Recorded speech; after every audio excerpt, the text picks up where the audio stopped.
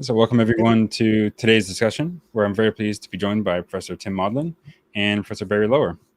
Tim is a professor of philosophy at NYU and is the founder and director of the John Bell Institute for the Foundation of Physics. His work is focused on the philosophy of physics and foundation of physics, and also metaphysics and logic and related issues. Barry is a distinguished professor of philosophy at Rutgers University, now emeritus, and director of the Rutgers Center for Philosophy and Sciences. His work has also focused on the philosophy of physics, but metaphysics, logic, and more. Feel free to add anything, but with that, welcome and thanks so much for being here, Professor Maudlin and Professor Loewer. Nice to be here. Hi. Hello.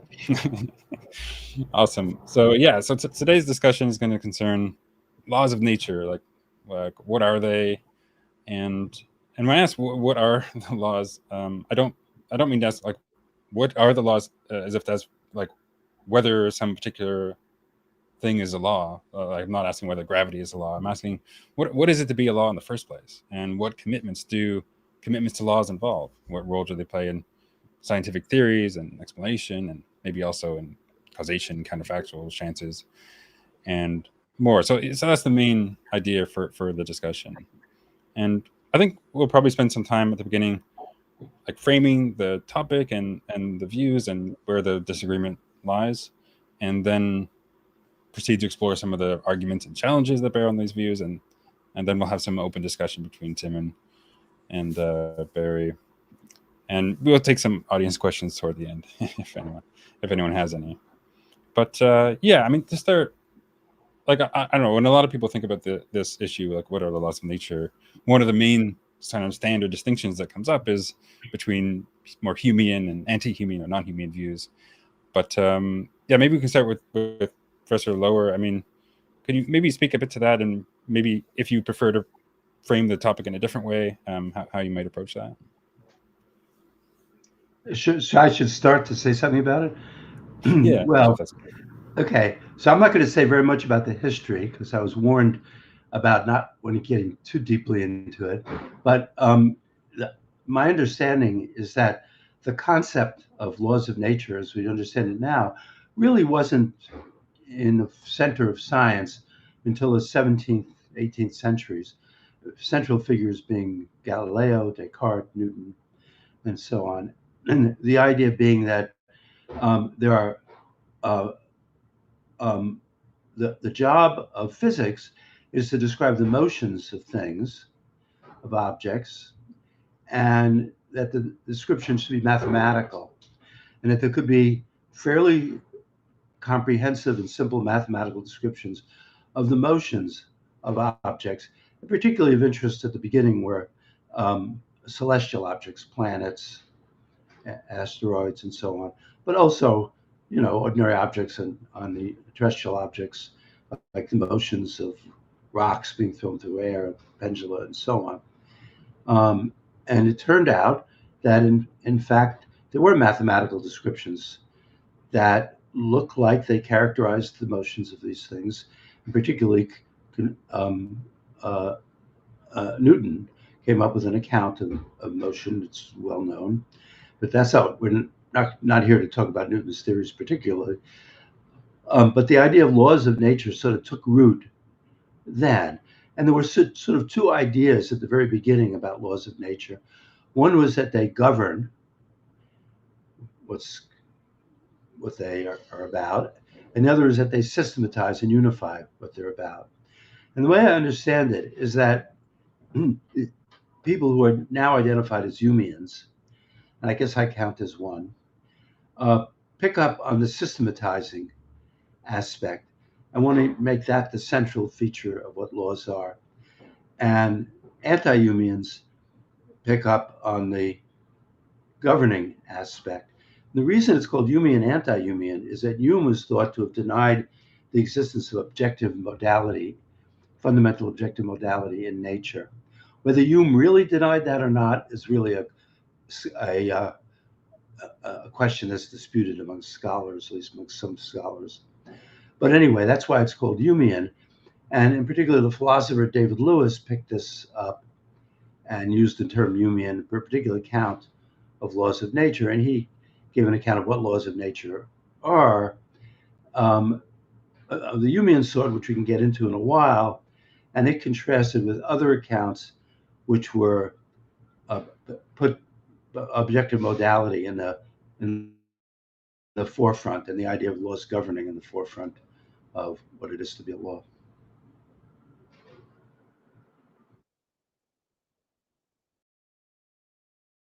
I could say more if you want, but is that enough for an introduction? Sorry, yeah, no, that's great. Yeah, I think that's helpful. So then, would you want to frame the? I mean, are you fine with the Humean anti-Humean framing here, or would you rather think of it more as, is it more systematizing first versus governing first, or how do you think about that? Me, well, I like systematizing versus governing, Yeah. because in fact, the view that I have now departs from Lewis's way of thinking about Humeanism. Should I describe that a little bit more? Maybe that'll be a good background for people. In fact, even Yeah, going a sure. little bit further back in my own education when I was an undergraduate and was introduced. There was a book that pretty much all people who study philosophy of science when I was in school, which wasn't in the Middle Ages, but it feels that long ago almost, um, was a book by Ernest Nagel. And there was a chapter about laws of nature in it. But the way philosophers then, Nagel and others, identify laws of nature, were not really asking the metaphysical question that you asked, what is it to be a law of nature? Rather, they asked, how do I identify which sentences or equations express laws of nature? And they did it by the way in which scientists um, uh, uh, handle those sentences. So one idea was that, well, laws, sentences which express laws are distinguished from those which are said to be accidental generalizations because laws support counterfactuals, is what they said. So since it's a law that um, uh, it's lawful that a dense ball of a certain size of uranium would explode, it follows that there, if you were to try to put it together, if you were to try to make a dense ball of uranium of a certain size, you couldn't do it. So that counterfactual would hold. On the other hand, nothing like this holds for uh, uh, piles of gold. So if you wanted to make a pile of gold, well, you need to get the gold somehow or other, but nothing lawful would interfere with there being, a large amount of gold, dense gold, that gold in a region. That was the standard example at any rate. I'm sure we can think of better examples than that right now. A little bit jet lagged, so I didn't think of a better example. But at any rate, um, that's one way. Another way in which laws are distinguished from accidental generalizations is that generalizations, which are apt to express laws, are supported by their instances. They are confirmed by their instances. So if you think it's a law that, again, a standard example, silly example, but it's one that was used in the literature then, that all ravens are black. If you think that's a law or lawful, then observing a few ravens gives you evidence that further ravens are black. Whereas um, uh, the fact that all of my relatives have first names beginning with B, which is true, my close relatives, that's not a law. And so, a new person was introduced into our family, they might have been named by something other than a B as a first name.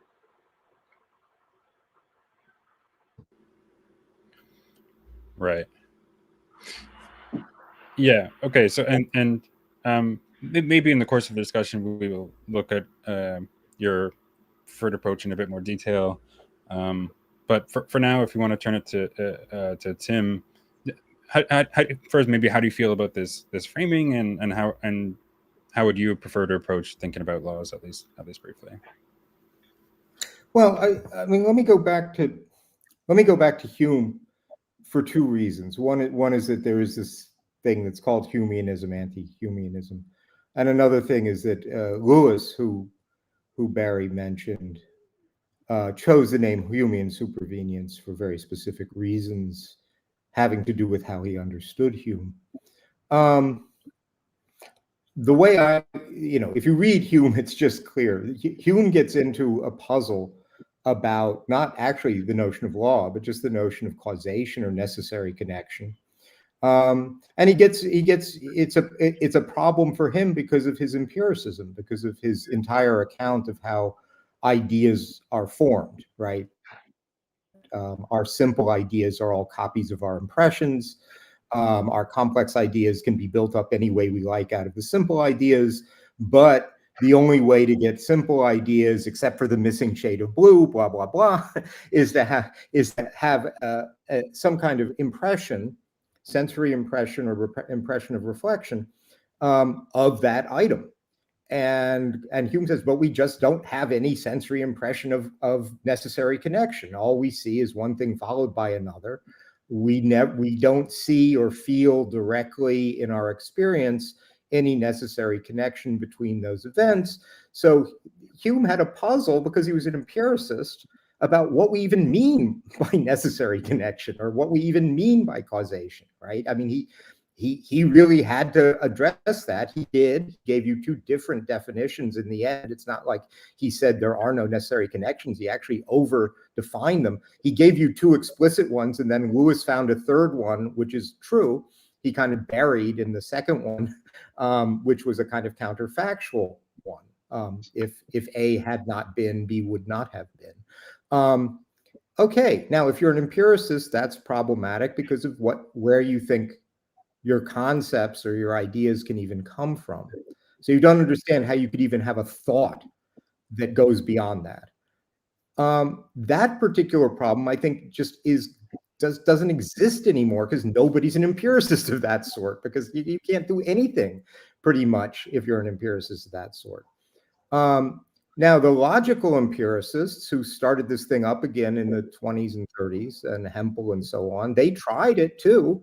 They thought what they were doing was just updating empiricism with first order predicate calculus. Sorry, that's our dog, Milo.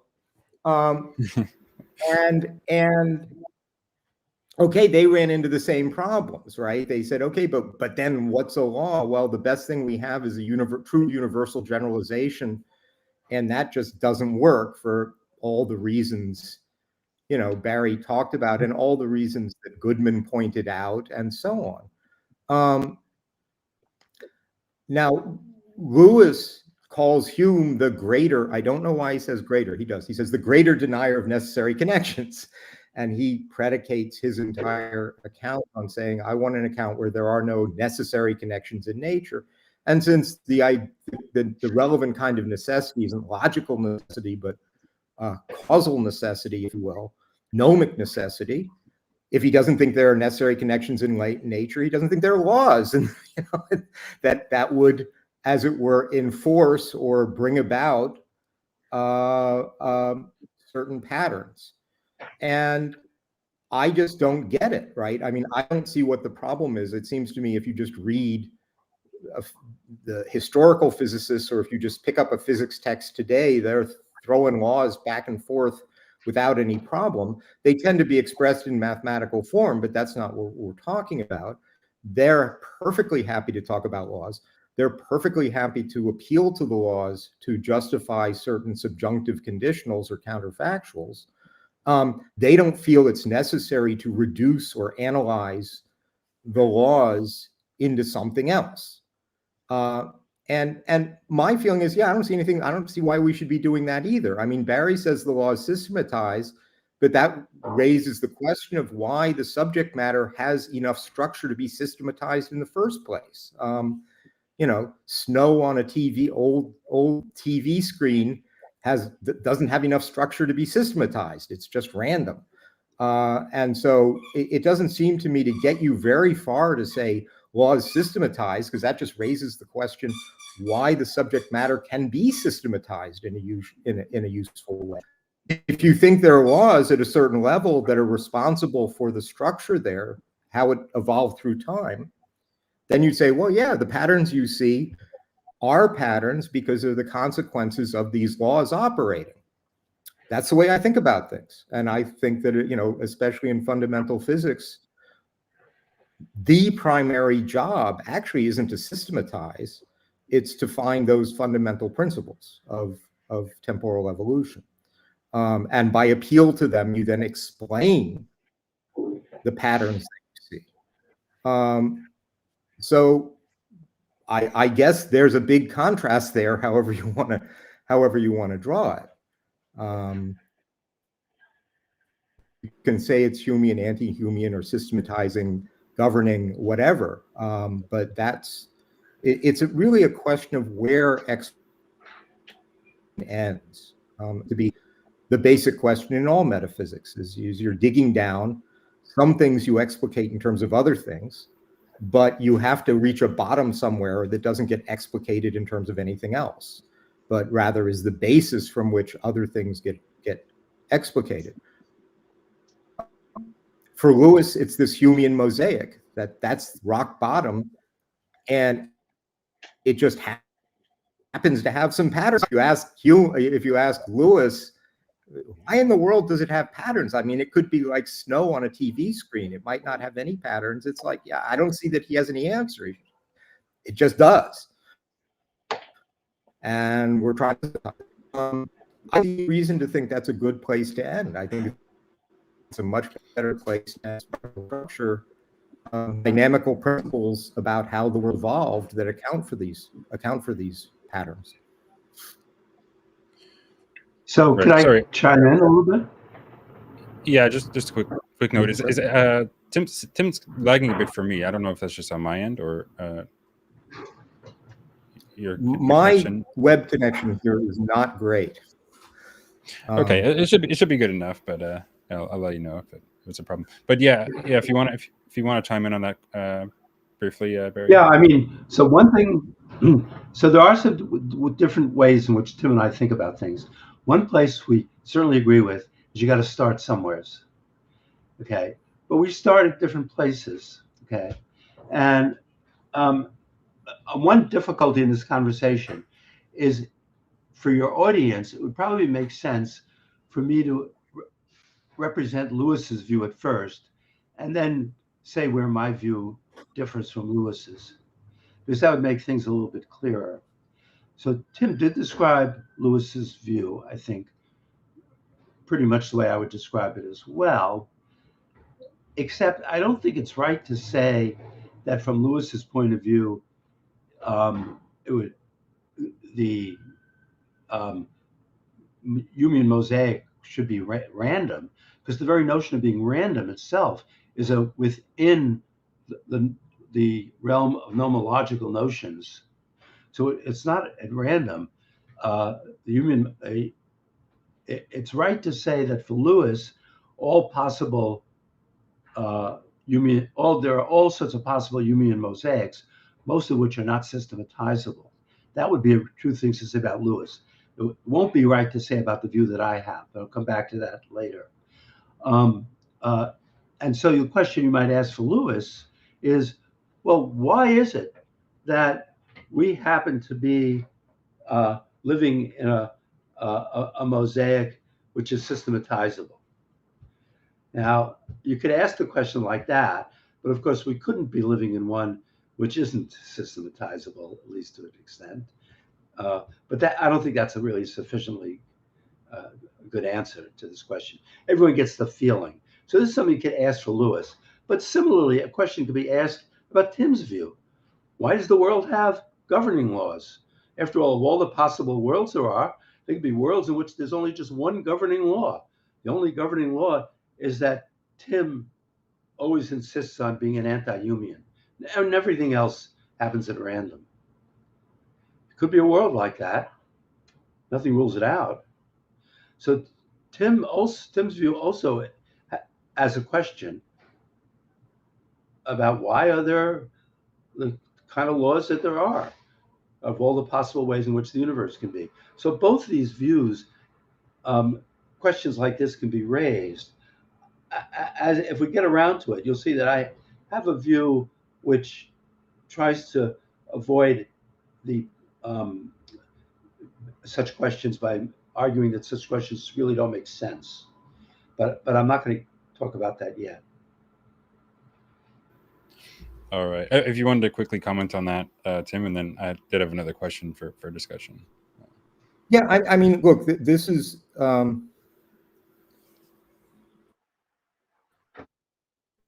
consider metaphysics or ontology, or physics, in fact, to be an art, in the sense that we agree you got to stop somewhere. We agree that wherever you stop, you can't ask further questions about why that, because that's where your spade is turned, right? I mean, that's what stopping means. But there are architectures where the stopping places look much more plausible and convenient and so on, and architectures where, like Barry's suggestion of some weird world with a strange single law about me, where nobody would think that was at all plausible. So of course you can always ask the question, why there? And I don't think there's going to be an, as it were, algorithmic way to evaluate different suggestions, but there sure are very convincing cases where you'd say that just doesn't seem right. Right? That's a really bad place to stop, especially because if I dig a little deeper or put something underneath that, I can take what seems to be a lot of structure there that has no explanation and provide an explanation for it. Now, it may be in the end there are alternative architectures and not very compelling reasons to prefer one over another. But certainly simply pointing out that everybody has their foundations and the foundations of things which they can't provide the kind of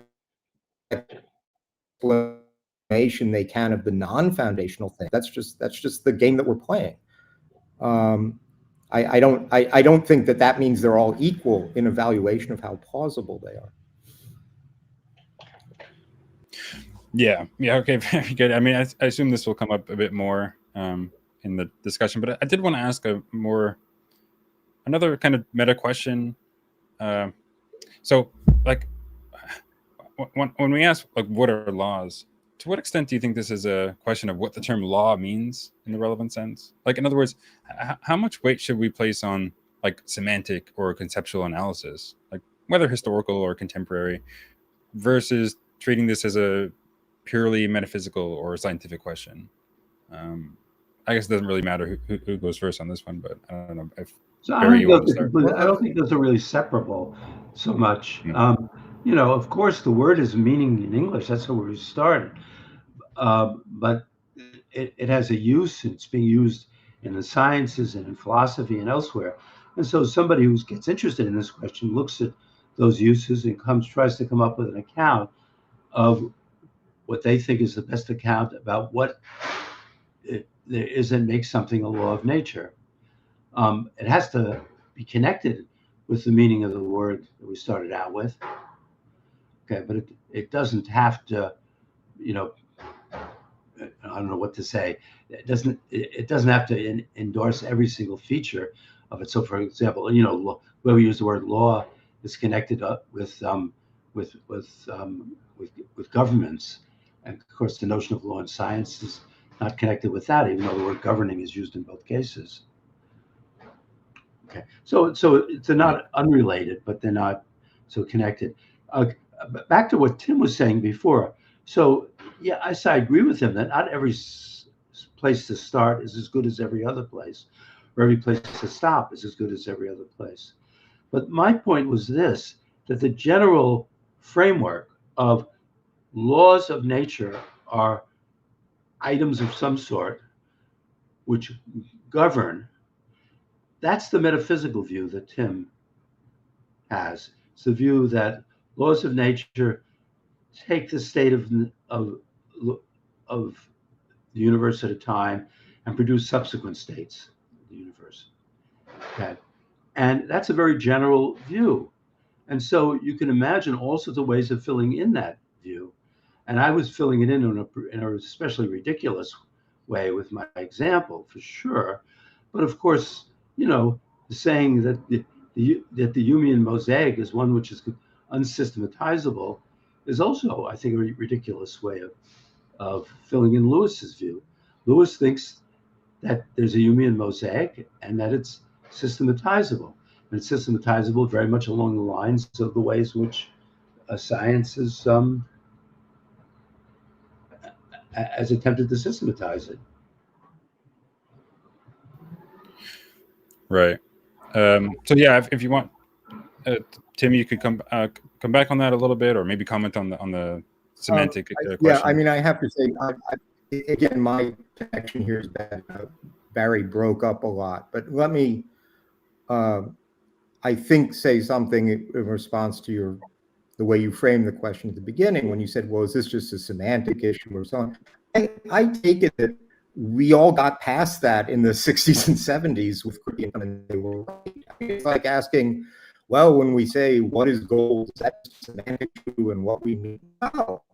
I mean, the account that they gave, which is a very non-empiricist account of meaning, I take it everybody now agrees is much closer to the mark. When we ask what is gold, the thing we start with are examples, right? Are paradigm instances in front of us, like that. Now, we may be fooled by some of them. Some of them might be pyrites, and we throw them out in the end. I would think the same thing about laws. What do you mean by a law? Well, here's an example, Newton's law of gravity. Everybody took that to be a law. Newton's first law of motion. He called it his first law of motion, his second law of motion. I mean, these are just examples of what people thought were reasonable proposals for what the laws of nature are. And then, of course, that wasn't a metaphysical analysis. I don't think they admit of a metaphysical analysis, but by seeing the role that they played in how you get predictions out of them and how they help systematize, if you want to put it that way, that's fine. How they support counterfactual claims, right? Why do we believe that had I let go of the object, it would have fallen? Because we think that gravity is part of the laws of nature. And it's not just an accidental generalization. These connections were pointed out by Goodman. The semantics got much better after Putnam and Kripke. There's no a priori structure here. You just look at what is going on and try and figure out to make the best sense of it. And it seems to me that in the actual practice, certainly of physics, and I think the only laws, fundamentals there are laws of physics, right? I think biology and chemistry and so on are a different matter. And they call things laws, but they're perfectly happy to admit they have exceptions. And for a fundamental law, a physicist is not perfectly happy ever to admit there's ever anywhere any exception. And I think that's an important indicator of how they think about these things. And I'm just trying to articulate what I take the kind of naive way of thinking about them is. And then if you ask, but what are they? The answer is, look, they're fundamental things. So they're not made out of anything else. You explicate the role that they're playing. I often would ask, but how do they do that? And again, it seems to me this is just a bad question. It's a fundamental thing. And there's a certain point at which the question, how does X do Y, runs out, because otherwise you're going to get into an infinite regress of having to stick mechanisms in between everything and every other thing, and then the mechanisms and the mechanisms and so on. I think calling a question a bad question doesn't make it a bad question. Sure, the question, but why would anyone think that simply calling it bad would make it bad? Well, I just wanted to say, you were saying it's a bad question, and I wanted to make the point. I don't think it is a bad question in this particular case. If you take the view that laws of nature are something over and above the events in the world, which I take it to be your view, the question could arise of how are they related to the events in the world? Now, you could just say, well, they just govern the events in the world, and that's it. Shut up, calculate, whatever. Okay, but I'm puzzled by that, and it's one of my motivations for why I don't accept your view. Yeah, I mean, I'm not sure if I say if Newton says it's a law of nature that objects in motion remain in, objects at rest remain at rest if no forces are put on them, and objects in motion remain in their state of motion if no forces are put on them. And you ask Newton, how does the law do that? I think No, he would no, no, rightly be no. puzzled. I have no problem with Newton saying that. Newton did not. Newton did have a view about what laws of nature are, but you told me before our meeting I was not supposed to bring that up, so I'm not going to. But so Newton did not take a metaphysical view as far as this our discussion right now about what laws of nature are. You're taking a metaphysical view about what laws of nature are, but I have no Yeah, problem. I'm saying they're fundamental. I have no problem with saying that there are laws of nature and that some laws are more fundamental than others. Maybe Newton's laws are fundamental laws, but I don't think they're metaphysically fundamental. Yeah, and I do. So now we have That's now what it should be clear where we that's our disagree. difference. I think they're That's our metaphysically difference. I'm glad we hit on it. So there's Lewis's view and there's my more recent view of the last 6 or 7 years. And I wanted to express Lewis's view first to get it on the table and contrast it with your view, because I think for people who hadn't run into this conversation before, that makes it very, very clear. So can I say something about that, Troy, for a minute? Yeah, sure, that's good. And then we can get Okay. into. I think I I mean, can you've been say raising three them quick already, things. but Lewis thought, as Tim was saying, Lewis thought that what's fundamental is what he calls the world's Humean mosaic. What that is, the distribution of fundamental quantities throughout all of space and time. So what Lewis's basics was a space-time structure and these fundamental magnitudes, which you call perfectly natural properties, distributed throughout all of space and time. And then what he thought the laws were certain generalizations which were entailed by the best way of systematizing this entire Humean mosaic. And Lewis thought that on this account of what laws are, and it is an analysis, it's true, um, he's giving an account of what laws of nature are in other terms. So he's not a primitivist, not saying there's something fundamental over and above the Humean mosaic. He's saying there are certain generalizations entailed by the best systematization of the Humean mosaic. He had certain criteria about what makes a systematization best. What are the best making quantities? He thought simplicity, mathematical simplicity, comprehensiveness, informativeness, maybe symmetries, some other things were to be balanced together to make the best. And he thought, there is a Humean mosaic for our world, and there is one, maybe more than one, but let's suppose just one best systematization of it, and that will say what the laws are. And Lewis conjectured that it would turn out to be pretty much what physicists say the laws are. It was up to him now to give an argument for why that would be the case. I think you could give some reasons for why he was on the right track, but that's his view. The contrasting view says that, look, it's not our job to analyze metaphysically what laws are. Laws are what they are, end of the story. They're just fundamental features of the universe. So when God made the universe, if I can use that metaphor without getting into theology, I can just use the metaphor. When God made the universe, on one view, the Lewis view, all God had to do was make the Humean mosaic. Science, so to speak, does the rest. It makes the laws. On the other view, what God had to do to make the universe was to make both the fundamental kind of things there are, maybe the initial conditions of the universe, and then make these things called laws, which evolve these initial conditions to make more and more and more and more states of the world, and that thereby produce something like the Humean mosaic. But the laws produce the Humean mosaic.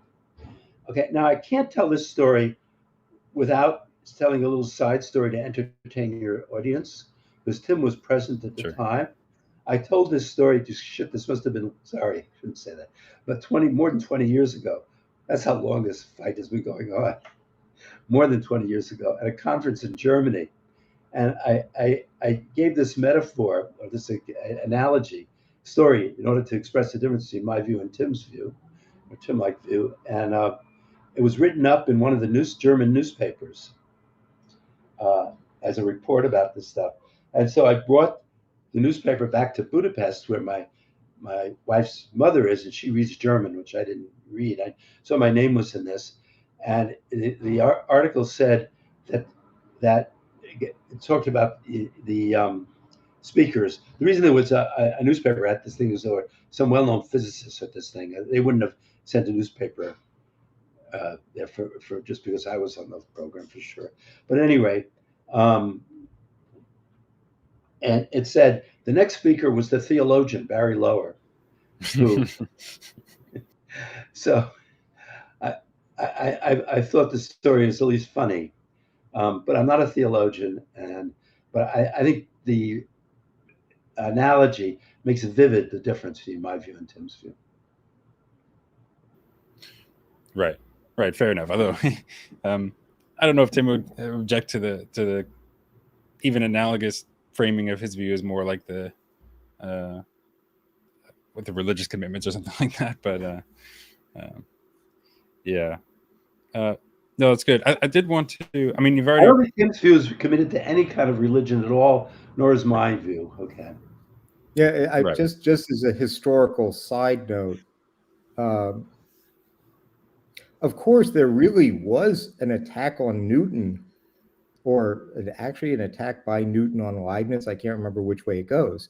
That if you thought the laws could explain everything, then you were a threat to religion, right? Because then God can just retire, right? God, as Right. Barry said, God sets things up and sets the laws and just retires. Oh, yeah. So this was right. So this was Leibniz attacking Newton because Newton thought God had to intervene miraculously from time to time to keep the solar system from going wonky. And Leibniz didn't like that at all.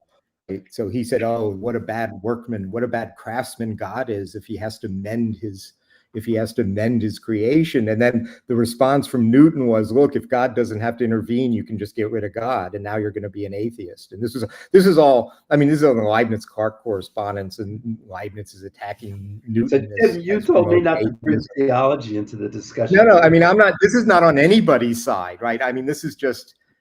Look, neither of us believe that God is involved here, right? I mean, right. Nobody thinks God is involved. Actually, that's wrong. There are two philosophers who thought God was involved. It's very interesting. One was Nancy Cartwright, and she drew the conclusion that there are no laws. The other was John Foster. If you take Nancy's theology seriously, I mean, Nancy not only has God, but all these subsidiary angels who are tasked with carrying out these kind of vague orders. I don't think she means that to be taken seriously, although what it's a metaphor for, I can't myself work out. Good. Yeah, so I did want to maybe focus a little bit more on some of the issues for both sorts of views, and a couple of them you've already covered. So we'll come back to those. Maybe to start, one problem for more Humean style views or descriptive style views is that, well, if laws are just maybe descriptive summaries of what actually happens, then they don't seem capable of like explaining what happens, right? And you might think this gets things backward, right? We don't look at the behaviors of planets to define Newton's law. We use Newton's law to explain that behavior. And it can't sort of go both ways, so to speak. So yeah, I think this is a worry that Tim has raised. Could you expand on this, or do you think this weighs strongly in favor of? That's not Lewis's view. His view wasn't that you just summarize the motions of planets and that would get you what the laws are. It's rather it systematizes, it summarizes the best systematization of the whole Humean mosaic. Okay, And Right. it was conjectured that one of the generalizations it would entail would be generalizations which imply that planets move in elliptical orbits given certain other conditions that hold in the solar system. Okay, so that would be making a mockery of Lewis's view. It's not really his view. Right. But same difference, right? If we're talking about the motions of the particles or fields or whatever. I mean, I think some people want to say that we should be able to appeal to the laws to explain those. But if those are what the laws are summarizing, then the same problem seems to arise. Yes, yeah. that's right. But again, it's the motions of all of the particles, all the history of the universe. And then there's the question of exactly what is explanation. Okay, so one way of understanding what explanation is explanation just is systematizing and unifying. Another way of thinking about explanation is that explanation in some ways shows you that things happen because of this. Now that's causal explanation, but nobody thinks that laws explain by causing the events that fall under them. Right. Yeah. I mean, and Tim, you can come in on this if how do you feel about this I mean, explanatory work? the question isn't. I think the locution, the laws cause certain things. I mean, just take Newton's law of inertia. It tells you if something's at rest and no force is put on it, it'll stay at rest. And if it's and its status as a law means that we think it's appropriate to appeal to it for evaluating subjunctive conditionals and so on. Do you want to say the law causes that to happen? No, that's not our normal notion. Everyday notion of causation is causation among events. But what I think is that the only reason one event can stand in a causal relation to another event is because they're both under the umbrella of some laws, right? It's the laws that secure the connections between those events which constitute causation insofar as there is such a thing. Doesn't mean the laws cause, I mean, it's just the wrong picture. The question is, what is the architectural role of the laws in analyzing these other notions? I don't think causation is a fundamental notion. I'm not a primitivist about causation. There are people who have been. I'm not. I think if you give me the laws, then in terms of them, I can ascribe truth conditions to various subjunctive conditionals, and in many circumstances, those subjunctive conditionals are sufficient to underwrite causal talk. Sometimes they're not. I mean, causation is a very tricky notion, but causation is a very finicky notion. In some instances, it's very clear what to say. In other instances, it's not clear what to say. So I don't really want to bring causation in as a basic element of my description. But I'm perfectly happy to bring something like Schrodinger's equation in as a law or as describing a law as part of my account of the world. Yeah, I hope, Tim, you didn't think I was saying that you were doing that.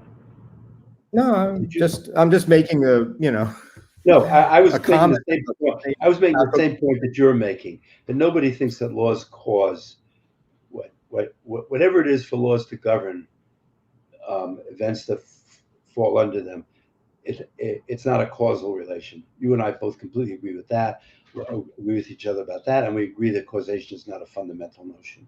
So we're perfectly on the same page about that. Where we differ is that I think that laws explained by systematizing as the first notion, right. systematizing and unifying. I do think they also support causal relations, and I do think there's an account of what it is for one event to cause another event. I'm interested in giving an explanation of what causation is. So I agree with you, it's not primitive, but I'm interested in giving an account of what it is. Right, but I think a lot of this does come down to the same old. I mean, I understand you're trying to distance yourself from Lewis. But what you want to systematize is the entirety of the entire history of the universe from beginning to end. Like, that's the subject matter to be systematized. Whereas I think the laws played a fundamental role in accounting for why it has that history. And in order to play that role, you can't have to first have the whole history to figure out what they are. Well, nobody's doing this by figuring it out. They are, that the history is what it is. That just seems to me to be the bane. I mean, this is a bit euthyphroish, right? I mean, is the pious what the gods love, or do the gods love it because it's pious? We can decide who's on which side of that, but I think this has exactly that flavor. I feel it that way, anyway. Yes, it does. I agree with that. The relation between the laws and the entire history of the universe. It seems to me you've got to have the history first, and I don't want the history first. I want the history to arise on account of the law. Metaphysically first, not epistemologically first, but metaphysically first. No. Epistemologically, I don't care. I mean, this is everything I've said is metaphysical. I haven't been speaking of epistemological in anything I've said. Well, you used the phrase like figured out. How we get evidence for what they are, that's a different question. Yeah. Good. So we agree with each other about that. So yes, that's our difference. I think that now representing Lewis, again, not my view. If it's this time, I'll explain my view. But Lewis's view is that metaphysically, what's first is the Humean mosaic, and that the laws are dependent on the Humean mosaic in the way I described. Your view is that the laws are metaphysically on a par with the initial conditions. They're also fundamental, I guess. But the laws and the initial conditions in some way produce the rest of the Humean mosaic, if we can use that term. Yep. Yeah, so that's a pretty good contrast. And then people might ask, well, why would one hold one view rather than another view? And I think it's come up already that if I hold, or Lewis holds the view that he holds, and my view is going to be a bit different, is that because the question of exactly how the laws do this is puzzling to Lewis. He thinks it requires there being some sort of a fundamental metaphysical modality, and he just doesn't understand it. And it's not for the empiricist reasons that,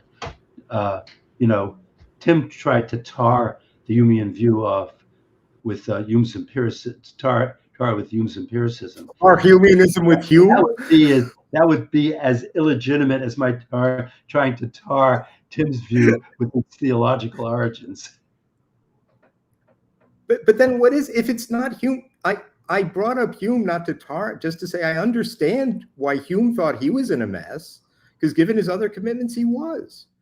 But if Lewis doesn't have those commitments, and he doesn't, I don't understand why would he be impressed by Hume?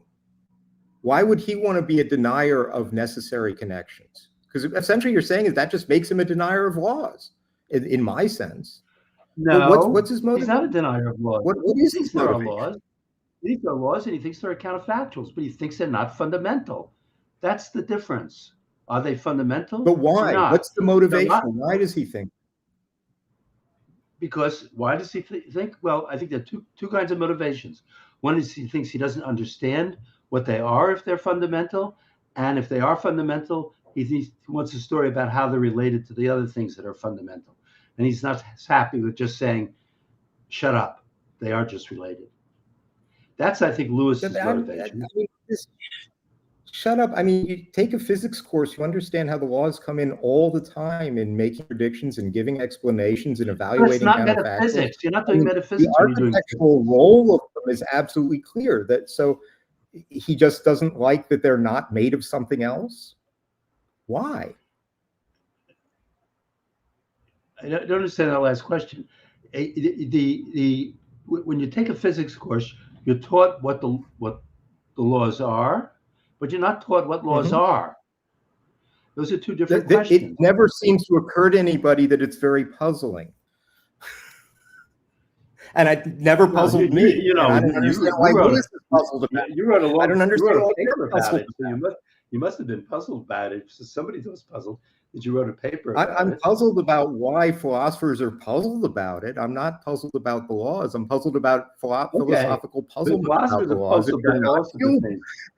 David Armstrong wrote a whole book about it. I mean, God knows how many books have been written about what the laws of nature are.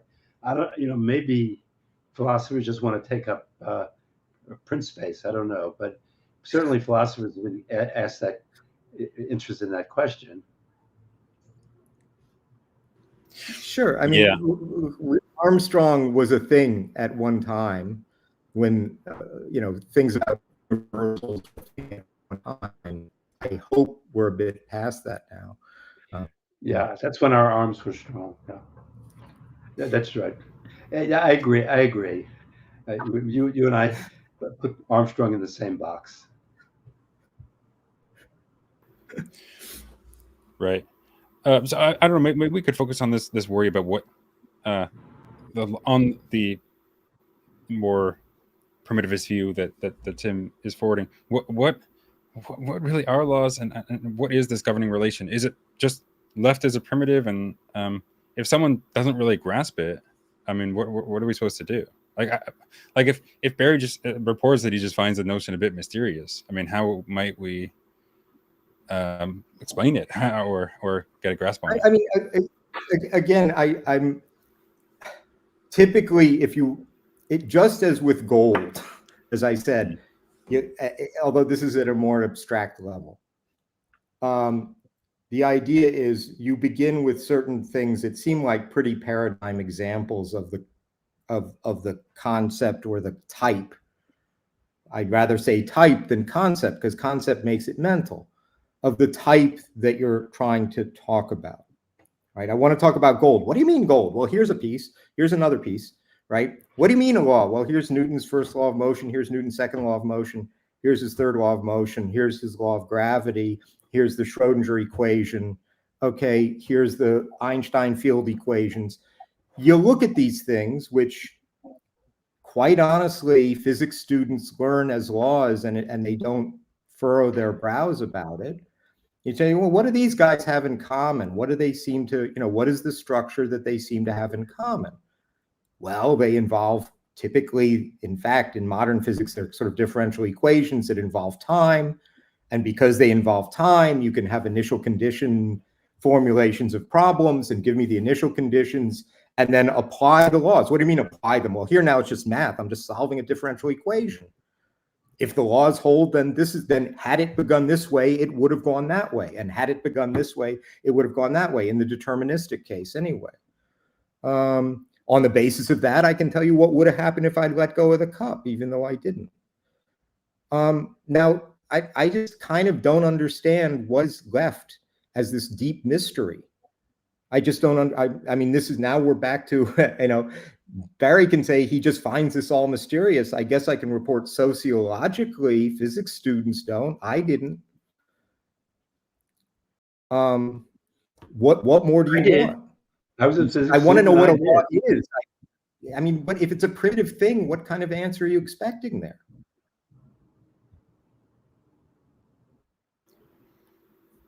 Well, Lewis gives an answer, and I give a somewhat different answer. I don't know why he wants one. I know that's what you say. If you demand, there must be an answer to the question. Lewis isn't around anymore, so we can't ask him why he wants one. Lewis said he was trying to take his lessons from science. He said that. He kind of then ignored quantum mechanics for some weird reason, because he also wanted it to be separable, and science was telling him it wasn't. And he said, oh, I'm not going to listen to quantum mechanics. He said he wanted science to be his best teacher. And that's unfair. Is it? I don't think it's. I don't know that's unfair. It is. Maybe I'm misrepresenting. Maybe I'm ignorant. Okay, but I'm not. He wrote this paper called Tales of Schrodinger's Cat, and he very explicitly said that while quantum mechanics is in such a mess, he doesn't want to connect his metaphysics to quantum mechanics, while it's such a mess. But it's not like he's committed to not is metaphysics not accommodating the features of quantum mechanics.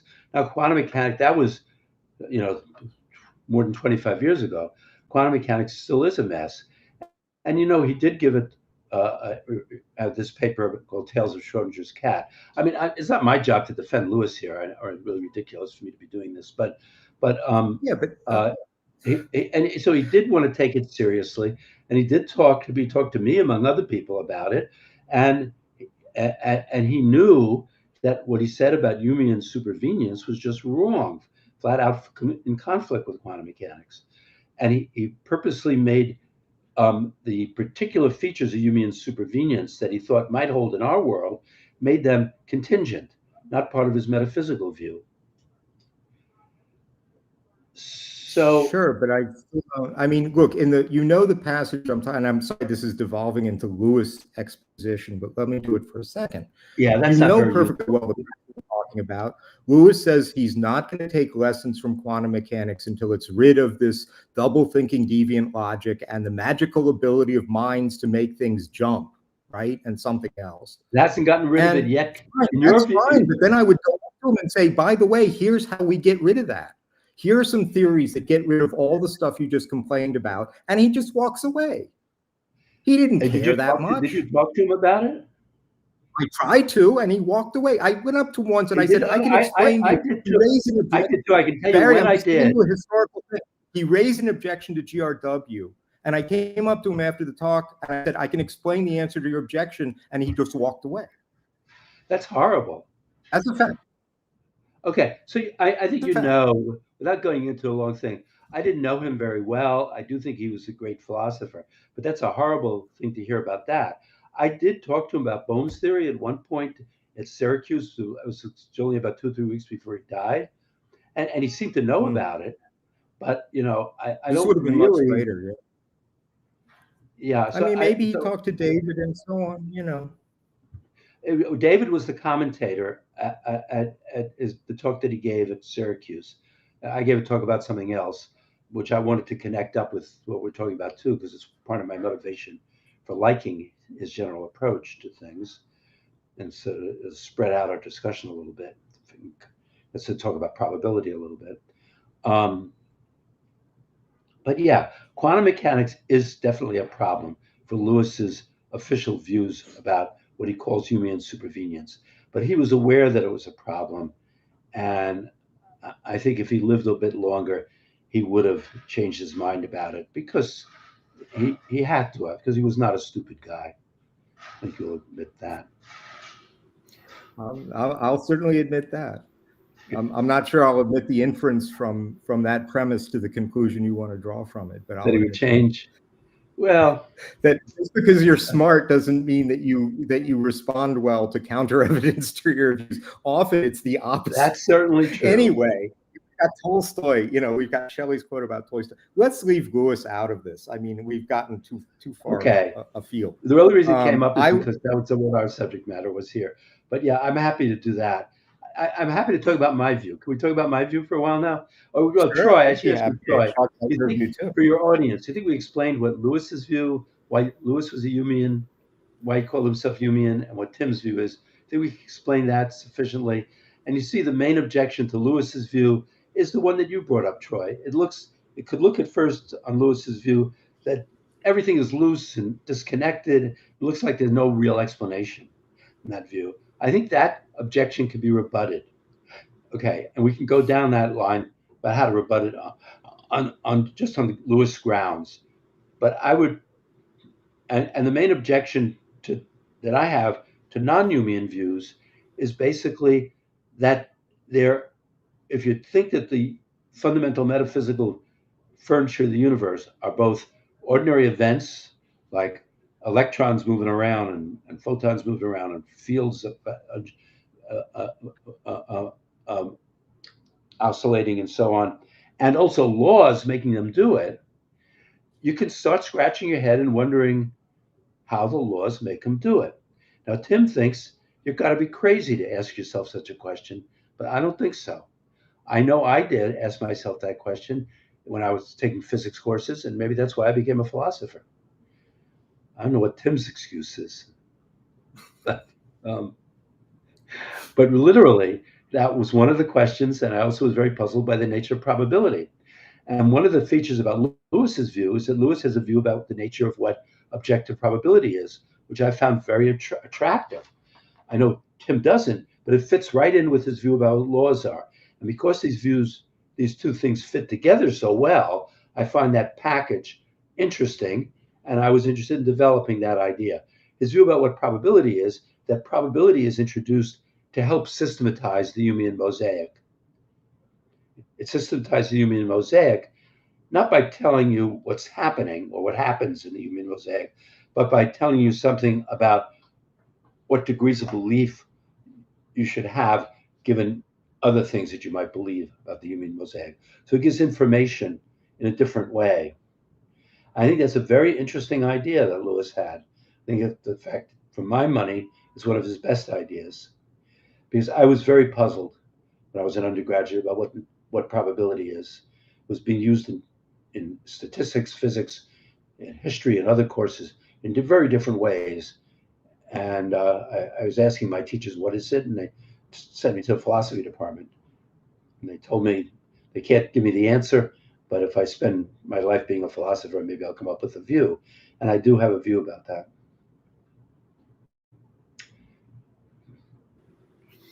Good. It's another place where Tim and I will have an interesting disagreement, actually, but it's a different issue. Well, let me just say, this is not, I mean, one thing you said I don't disagree with at all, which is that the concept of probability, and even more specifically, a mathematical probability measure, which is a measure that has certain well-defined features, are used in very many different ways in different contexts.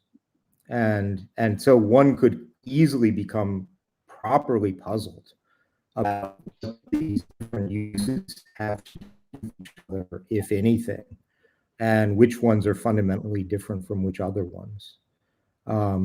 I certainly agree with that. I think there's a lot to say about that. Just like the notion of randomness. I mean, you reacted when I said random, but when I said random, I meant in the same way that the digits of pi are random. There's a technical, I mean, you can give a technical definition of that. But yeah, I think probability is a very complicated, multifaceted notion, and there's a very fertile field for philosophical analysis. I would doubt that anybody, not just Hume, not just Lewis, but anybody could give a single account of it that would cover even the large majority of the different ways it's used. I mean, I'd certainly be impressed if somebody could, but it strikes me as unlikely. So I don't think there's that. I do think Lewis has an account. It's not a single account. There are more than one notion of probability, but that it's a very interesting account which has wide application. But that's a bit of field from where we are right now.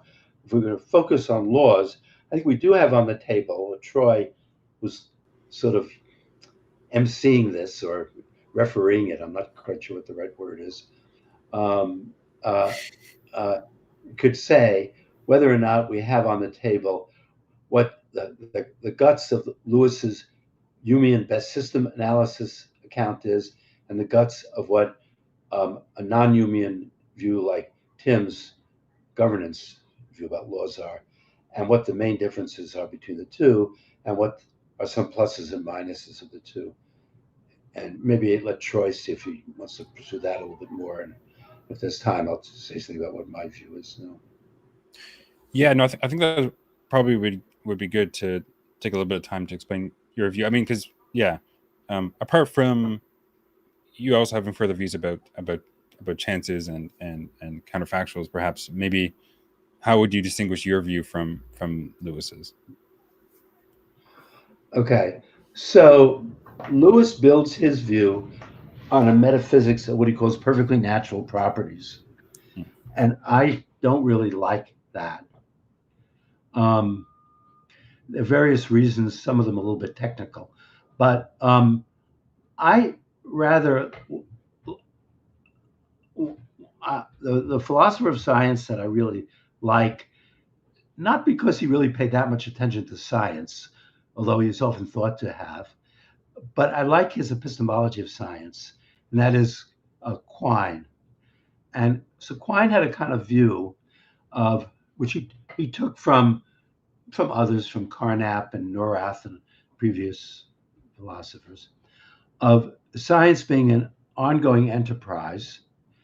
Neurath likened it, and Quine likes to quote this quote from Neurath, to science is building a ship at sea, that there's no dock to bring the ship into to build its foundations out of.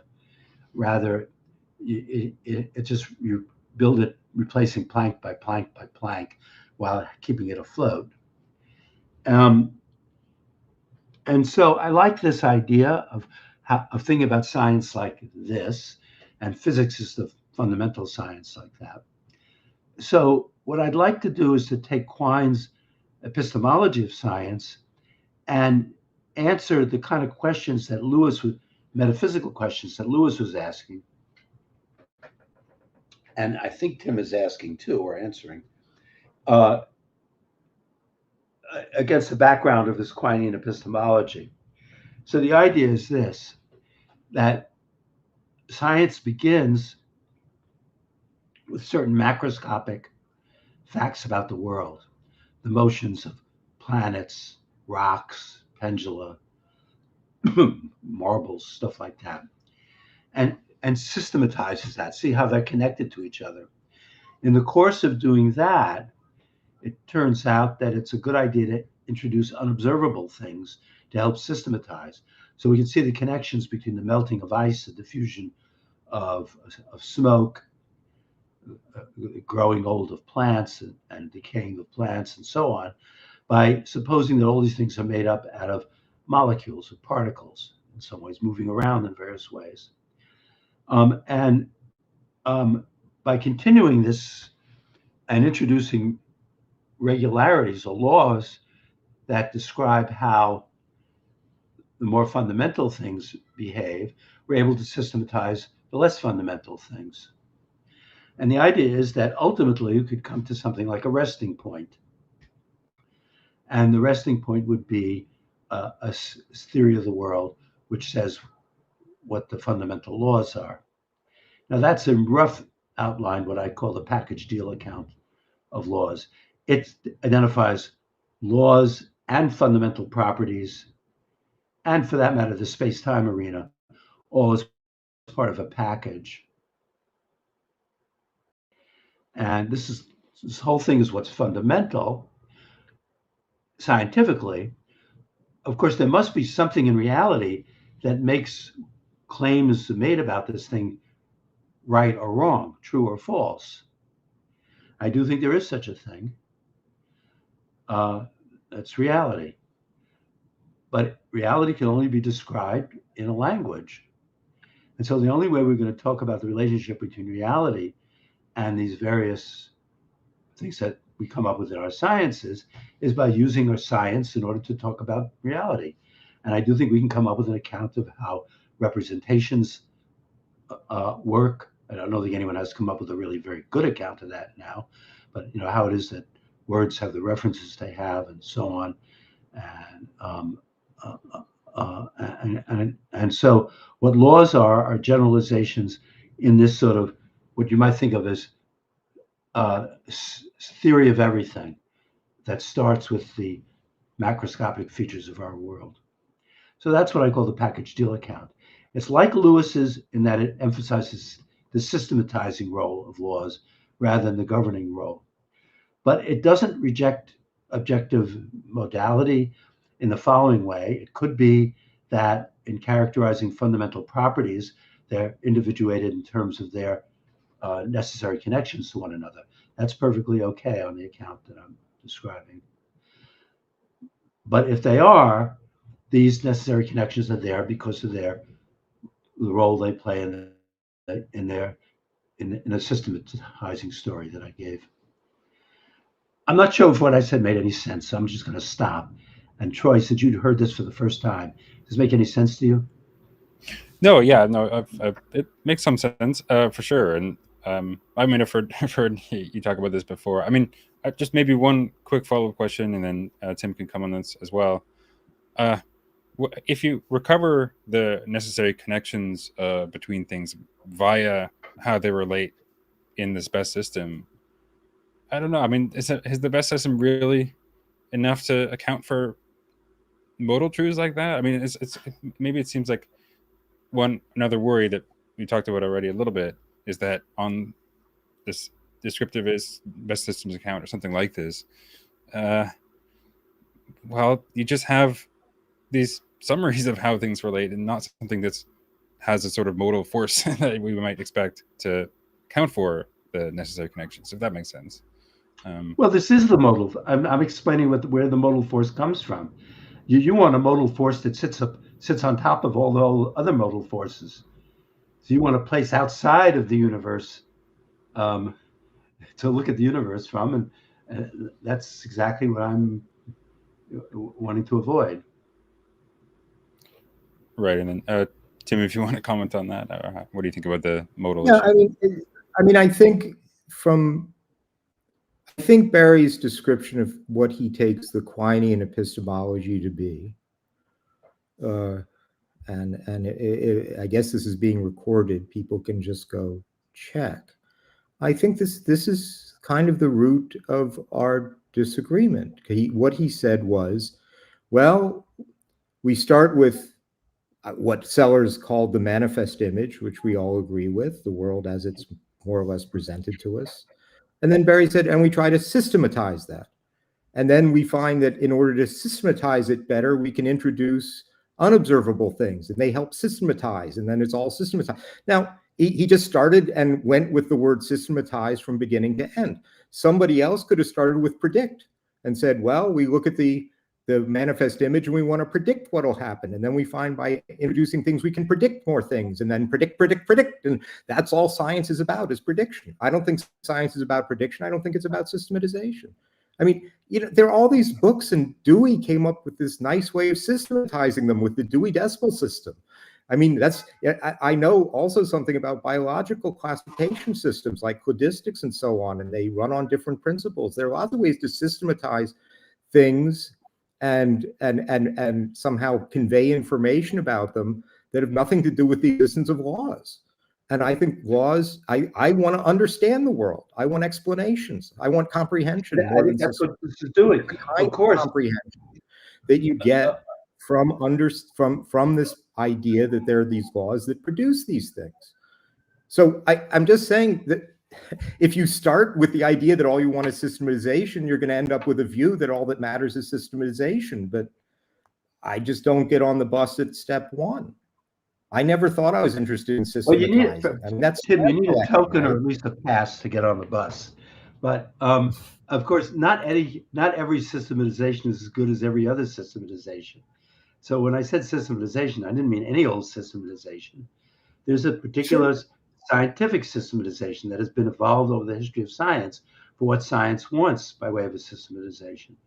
And what they want is things like informativeness, comprehensiveness, symmetries, a distinction between initial conditions and dynamical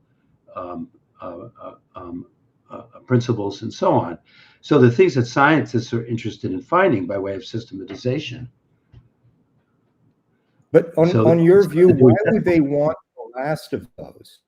Why would they care at all about the last of those? For me, it makes a big difference. If I can see something as having the structure, here's the state of at some time t, here's, as it were, the laws of temporal evolution. By application of that, I see why things evolved or could have evolved in various ways. To me, that's very deeply important for understanding. But if you say you just want systematization, why would they care that it have that form? Why do they care? Because they found that that's a good way to come up with a good way of satisfying what science wanted to do, what scientists wanted to do, and finding out about the world. Making the distinction between initial conditions and laws wasn't there from the very beginning, it was an idea that developed over time. Actually, I think it was there from the very beginning, but that's because I think physics, physis in Greek was, as you know, a term that meant a nature of a thing, and a nature was an internal principle of motion and rest, which meant if you just let the thing go, the explanation for what it did lay in its nature, in its physis. And that's like, yeah, from this initial condition plus this extra thing, what? Its nature. That's what makes it behave the way it does. I think that's the basis of the idea of natural law. Now, it turned out having a whole bunch of different natures for different things was messy, and you could simplify in the end by having, everything made out of the same kind of stuff and some fundamental laws of that stuff. But the idea that there were not immediately observable intrinsic things that science was about. That's what nature was. Science was trying to understand the natures of things, and the natures were internal principles of motion and rest. Right? That's Aristotle's definition. That's true. I don't see where you seem to think we're in disagreement about something there, and I'm not exactly sure what it is. I'm just saying, to me, that leads quite naturally to the idea of laws with initial conditions as a kind of more powerful generalization of that first thought. Yeah, I guess it could lead that way, but it wasn't there initially. I mean, certainly Aristotle's view about what laws are, or his principles of describing the natures of things and how things move, are very, very different from what Newton came up with much later. So he didn't have anything like the state of the universe at a time and the idea that the laws evolved a state at a time. What he had was that for each individual different kinds of things had their own principles of how they're going to change and move over time. Right. We agree about that, and it became much more powerful when it got generalized out. You could sort of see the idea of Democritus, right? Fundamentally, there's atoms in the void, and fundamentally, the atoms just bounce bounce into each other.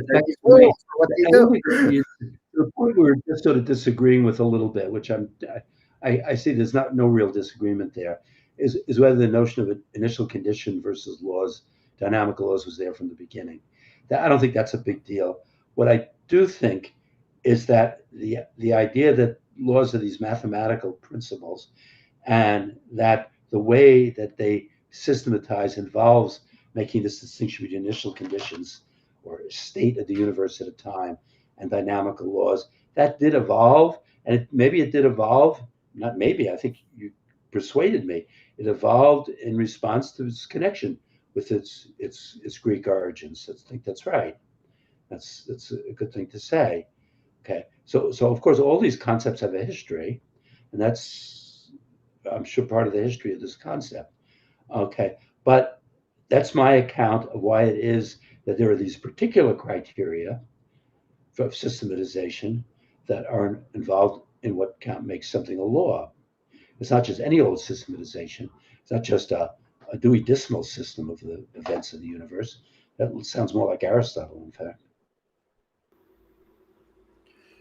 I did want to ask a question about that, which is that, I mean, even if we, I guess, right, you're right, it's not all systematizations are created equal, but I mean, there is still a bit of a worry that it's still going to be somewhat language or theory dependent.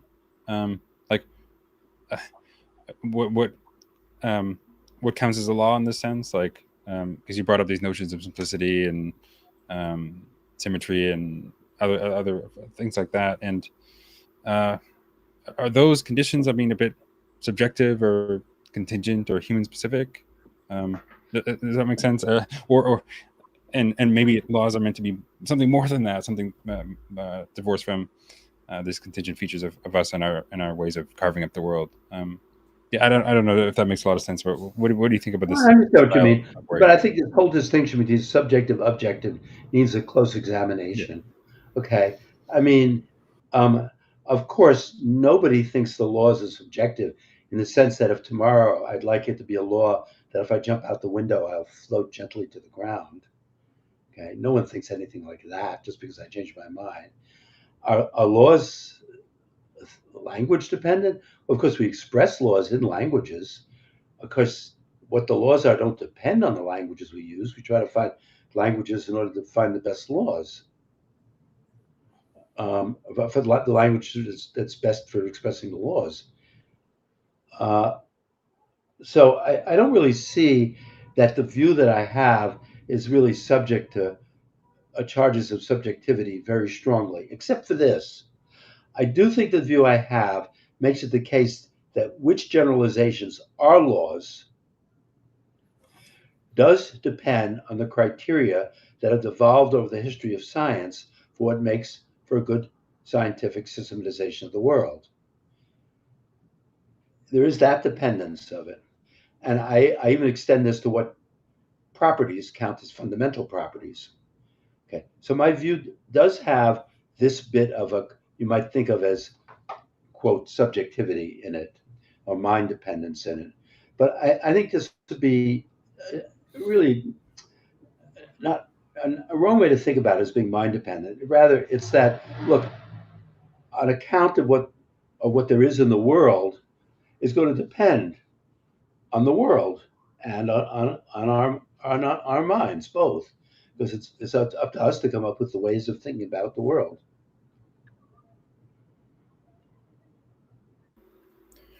Right. And Tim, Can if I you, just, yeah, let me just chime in here a little, because it's certainly a feature of Barry's approach, and I guess he finds this in Quine, of an entanglement or encroachment, I'm not quite sure the right word, of epistemological considerations into what I would call metaphysical issues, right? Where the epistemological considerations have to do with why do we find such and such a view more plausible than some other view, right? What are, in a broad sense, how do we do confirmation theory, or where, you know, how do we arrive at judgments of plausibility? I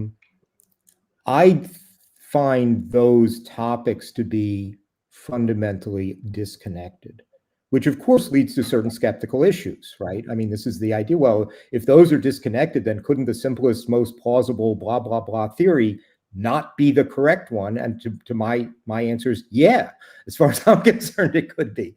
Now, you know, you can try and break through that, as some of the pragmatists did, if you take this idea that, well, truth just is what we would arrive at in the ideal long term if we discussed in such and such a way, then the rules we use for arriving at consensus will be truth constituting in the end, and we couldn't be wrong at the end, because what we agree at the end is what's true. I just find that silly. I mean, I just find it ridiculous.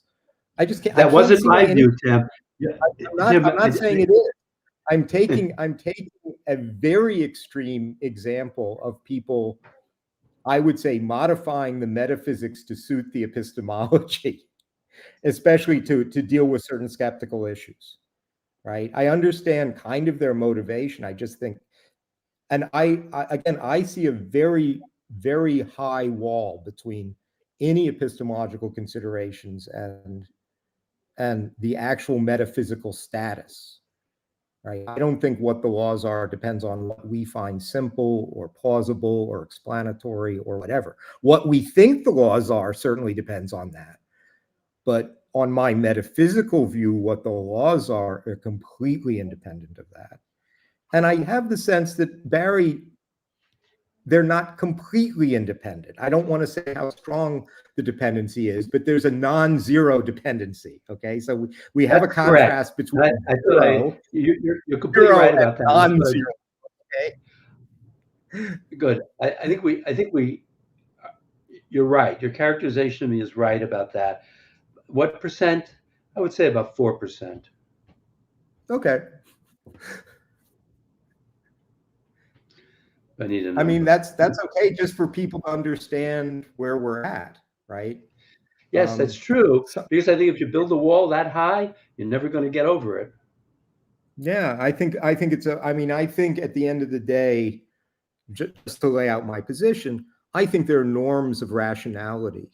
And the way I evaluate whether I'm acting rationally is with respect to those norms. Now, if following those norms leads me into complete falsehood, okay, my defense is I was rational.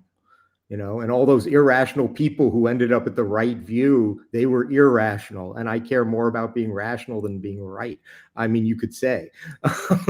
So Well, it I depends don't on know. what you mean by getting over the wall, right?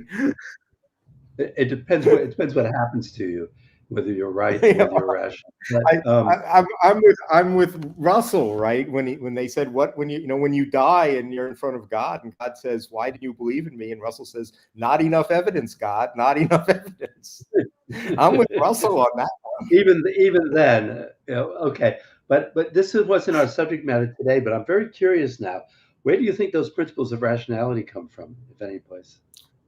I mean, I think they were honed, of course, in the normal way that through evolution, certain ways of forming beliefs certainly turned out to lead to better predictions, right? So we agree that there was feedback from the world, that certain methods of belief formation were at least pragmatically better. There's no question about that. And what we think is that those canons of rationality can extend from the observable world even down into the unobservable world, right?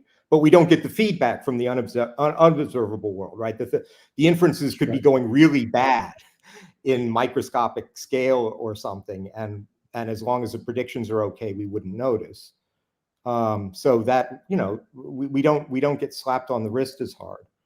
But We I also think it's know that all. when we change environments, those principles which worked well, maybe for getting food off the trees, we change environments and you end up in the White House, those principles may work very badly. Sure. And so you look for broader, I mean, we would agree about this. You look for broader and more resilient principles of wider applicability Okay, that will subsume all these places under them. I don't this think we have issue is any probably disagreement more about that. interesting. Okay, so this is a very interesting issue, probably more interesting than the metaphysics of laws, which maybe we've trashed for the last time now. Although I like my new idea a bit, and I'm waiting for some. The only criticism I've gotten of it so far is from the Lewis side of things. So Ted, Ted is more of a. Sorry, this is a little bit in-house, but Ted is more Lewisian than Lewis. So he's critical. He's written a paper criticizing my view. All right. I did have another question about how these issues might relate to time, because I don't know, when we talk about the more Lewisian style view or Humean, where you have a mosaic, almost seems more amenable to a more eternalist view. And then on the other hand, maybe if they think about initial conditions and laws of evolution, almost sounds like maybe that's more amenable to the kind of presentist view, or at least maybe having a kind of preferred foliation or something like that. And maybe this isn't right. Maybe these disputes are sort of silent or neutral on disputes about time like this. But I don't know. Maybe what do you think? I guess either you can comment on that. Do you think there's a connection there? Well, let me just take a real quick comment, and I'm not. This is not aimed particularly at Barry, although I'm not exactly sure where it lands. There are, as you know, many philosophers and also many physicists who want to deny that as a fundamental matter, time has a direction. That as a fundamental matter, there were, as it were, an initial state or earlier states and later states that arose out of them. To me, this is absolutely central to the entire explanatory comprehension that I think I have, and that the laws played a role as it were the rules of that evolution. Now, if you say, I believe time has a direction and anything fundamentally evolved from anything else, yeah, then I have no idea what you think understanding and comprehension is, and explanation and all this stuff, because all my premium examples of it involve that in an ineliminable way. So it may be that if someone holds such a view about time, that it doesn't pass, it doesn't have a direction, at least fundamentally, I don't know. I think that would have all kinds of ramifications throughout this entire discussion. But I mean, yeah, if all my opponents say I oppose you because I don't think time passes, I feel like I've won that argument myself. I mean, the rest of the world is with. So, well, except for the last remark, Tim was right in saying that he said he wasn't aimed at me, but certainly I have the view that Tim is rejecting. But what he was wrong about is that the rest of the world, pretty much every philosopher I know of, is on the opposite side of this discussion from Tim. Yeah, the normal world. That doesn't mean that Tim is wrong, but Ravelli and Sean Carroll and David Albert and Hugh Price. Yeah. God knows who else to think of. Okay, I'm not going to dispute the list. So I don't mean to say that this is an argument against your view, but your remark that everybody's on your side, that really isn't right. I meant everyday folk, and maybe in the same way you say even mathematicians, even mathematicians who say they're not Platonists in their everyday life, right? Maybe, but whatever it is, I think time has a direction too, understood metaphorically. Of course, I think it's between past and future, but I want to explain what that difference is. And ultimately, what I think is fundamental doesn't have that directionality in it, whereas your view has that directionality as something primitive. So you have in your account, it didn't come up earlier, but maybe it should have, you have in your account not only laws as something primitive, but you have time as something different from space as primitive, and time having a direction as something primitive. And I mean, it's thumbs up for you for all this stuff. But other people might say, I want to see if I can give an explanation of these things from something that I find as more fundamental. Good luck to them, maybe. Maybe they'll fail. Look, I think if you want to do that, because of the role, the architecture of the way I think things fit together, you're not going to produce things I'm going to recognize as explanations. And this is what's going now. I understand kind of why you're doing it, but the architecture of my understanding of how the world got to be the way it is really does have those things as all fundamental and interconnected, and giving rise to this notion of production, what Ned Hall calls production. That the later states of the world are produced from the earlier states in a deep way, not just in a systematizing way, in a much deeper way that you don't like. Okay, fine. I mean, this will, I think, explain. Maybe this is getting down to closer to rock bottom of the disagreements. Then maybe that's helpful. It is, but hasn't Ned sort of gone Humean? I haven't talked to Ned about this in a while, but when he made the distinction between causation and production right. was certainly close to what I had in mind, and he was presenting it as something close to what I had in mind. Anyway, yes, I do think this is very fundamental in our disagreement. And I mean, look, if philosophers didn't disagree, what would make the world go round? We could disagree with everybody else.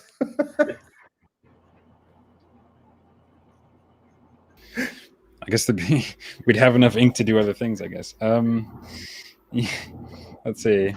Actually, I did want to ask another question about how this dispute ties to like actual scientific practice, because I don't know, it seems like both of you want to say it to some degree that your view fits better with common scientific practice. So I mean, for example, I think Perry wants to say something like laws are introduced for their explanatory, predictive, unificatory virtues, and then in a way that the best systems account is enough for that. But at the same time, I think Tim wants to say no. It requires something more than that. So I don't know. Maybe you want to comment on how this ties to actual scientific practice and theorizing and so on. Well, let me just say something I've said in other places, maybe to set. This is connected to the direction of time. As you know, many laws of physics, like Newtonian laws, are what's called time reversible, meaning that from the state at any given time, one could both run time forward and predict what's going to happen, and run time backward and retrodict what has happened. And insofar as the laws hold, those would presumably be equally accurate. I claim, and in terms of systematization, I guess you systematize toward the future and toward the past in the same way, at least in some sense of systematization. I claim that nobody would say the present positions of the planets in the solar system are explained by their future positions and then retrodicting back to now. Whereas people would say that they're explained by their past positions and running those forward. I just think people would say this: the latter one seems explainy, and the other one isn't. It might be right, but to appeal to the future to account for the present, I mean, that's teleology of a kind we got rid of out of science altogether in the 16th, 17th century. Now, if you're only interested in systematization and, you know, patterns and blah, blah, blah, I don't quite see how you would draw that distinction. I think it's a plain matter that people think you can appeal to the past to explain the present, and you can't appeal to the future to explain the present. And I think the direction of time. I don't have any problem with that, explaining that. I mean, of course, there is a fact about our universe, which is part of the best systematization, that the entropy was very low at one of its boundary conditions. And this helps explain all sorts of features of the world that we experience, like why it is that my decisions make a difference to things in one temporal direction, but not in another temporal direction. But in the case of the orbits of the planets, entropy doesn't come into it, which was the That's example right. I gave. I agree with that case. And so with that case, what is going to be, as far as I could see, explanation could work in both directions, if understood in a proper way, or you think of it in a broader context, where you imagine something like an intervention or something like that, in which case you're bringing in macroscopic things, and so entropy does come into it. So it is right that I have to tell a little bit of a story in order to explain why it is that it's so natural to talk about explanation going in just one temporal direction, in case of things like the planets. But I don't think the story is so unnatural. I'm not sure we want to get into the details of it. But so I did another clean point where we, you know, because I think time has a direction. Appealing to the direction of time is of zero cost in explaining this. Right. Yeah. Yeah. No, I mean, and part of this is going to come down to that, again, tricky notion of what is explanation, or what things can be admitted as explanations. I mean, because if you're admitting any sort of like deductive nomenological explanations or something like that, well, many of them are going to work just as good forward as backwards. Yeah, but that's what killed the DN model. You know, there were proposals around. Rejected the DN model because it gave you all these, you know, there were perfectly good, even nomically supported generalizations that weren't explanations. Everybody said they weren't explanations, right? The length of the shadow does not explain the height of the flagpole. Period. End of story. I have no problem with that, of course, but there are proposals in physics in which time isn't anything that's fundamental, in which case its direction can't be anything that's fundamental. Now, you might want to reject such proposals out of hand, but, you know, tell it to people in the physics department.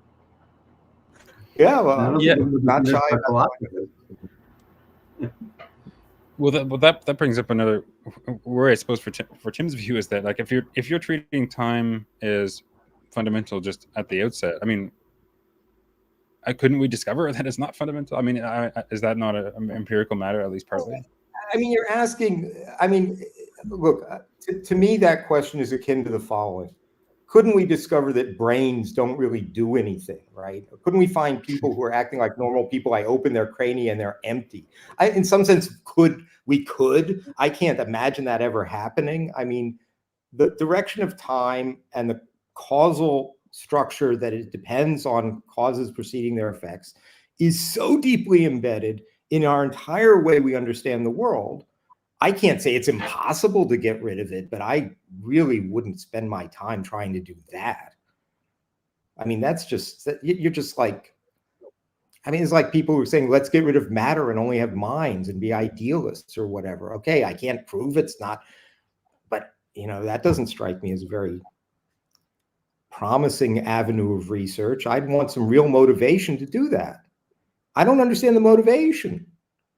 Well, there are people motivated and trying to come up with quantum gravity theories who are doing that. Whether any of that works so well or not is an issue. But you're making it sound like no serious person is thinking about that. I know that's not right. No, but quantum theory and gravity have to be somehow reconcilable because the world does them both at the same time. Yeah, but gravity my doesn't understanding is necessarily have to imply there's no direction of time. Yeah, it's that the fundamental the fundamental physics in these theories are not built they're built not in a space-time structure, but some other kind of topological structure without a direction of time. But I don't want to get into this very much, although I've been at talks what this is about, and I'm sure you know the people who like to go around giving talks like this, Chris Withridge and others, and you may have your views about them. But they are people who are taken seriously. They even get big Templeton grants to support this.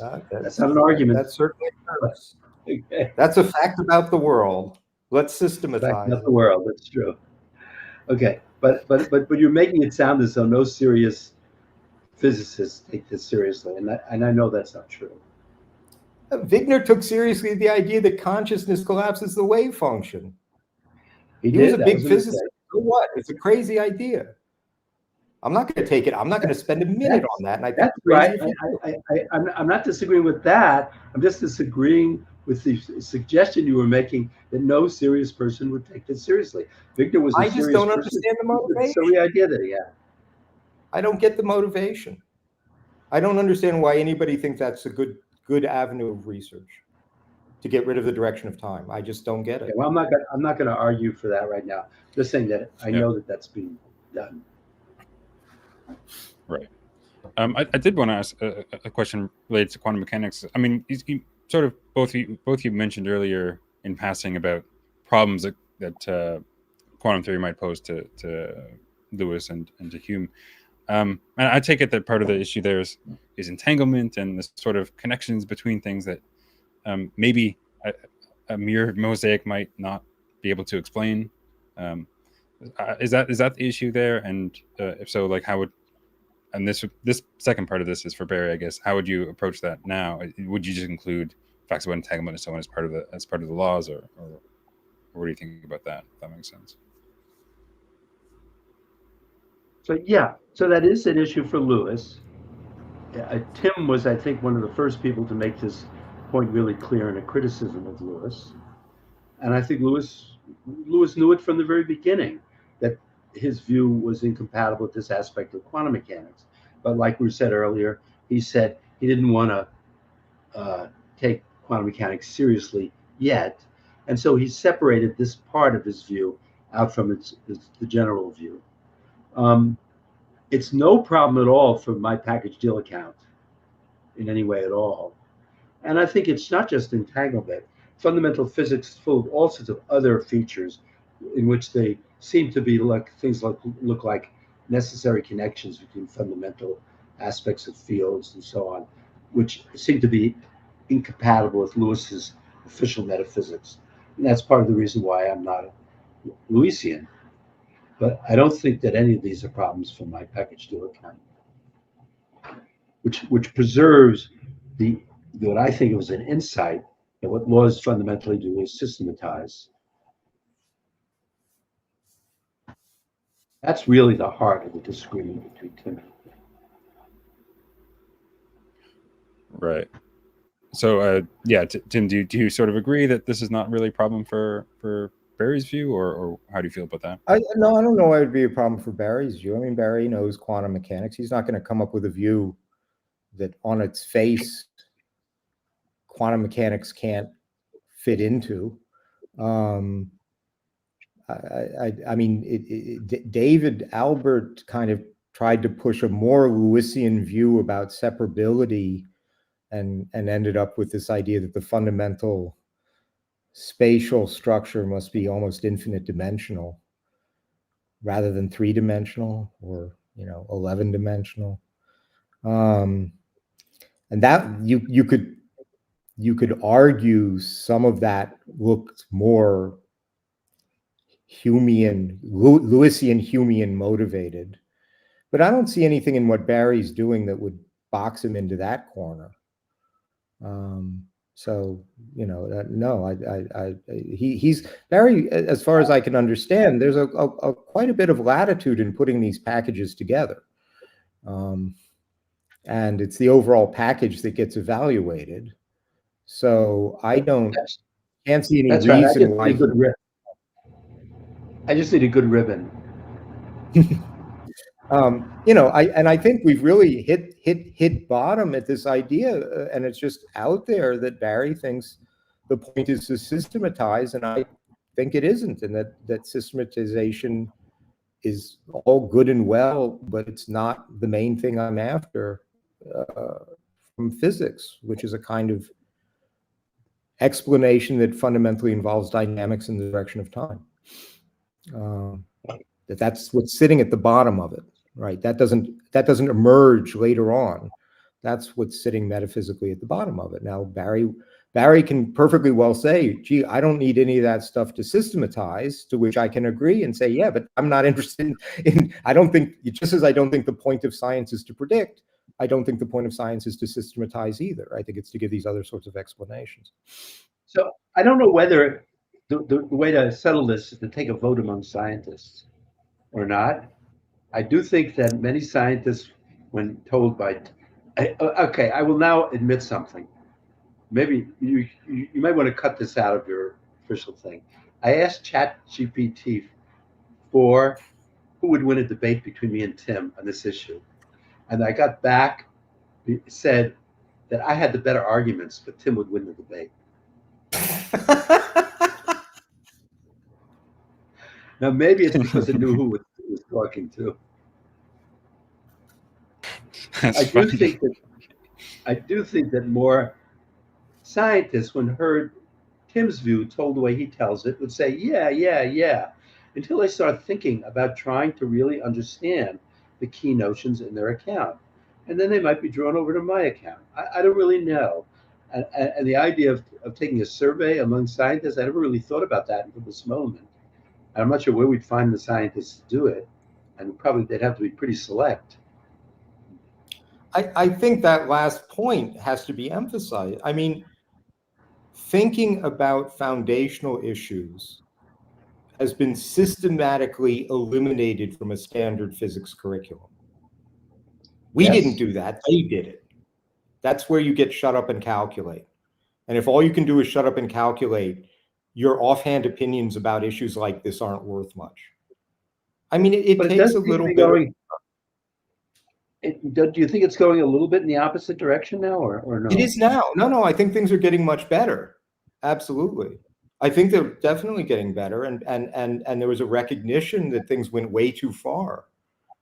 And oddly enough, it was this bifurcated thing. On the one hand, some people wouldn't say anything about fundamental issues, and then other people said, "Okay, it's open season. I can come up with whatever wacky idea I want."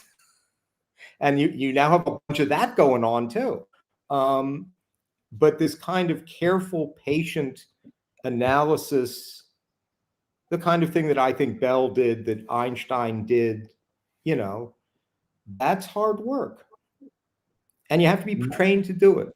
And quite honestly, a physics education doesn't train you to do it. Where would, if you think it does, just show me the textbooks where this kind of, where even foundational issues in quantum theory are discussed. They're not.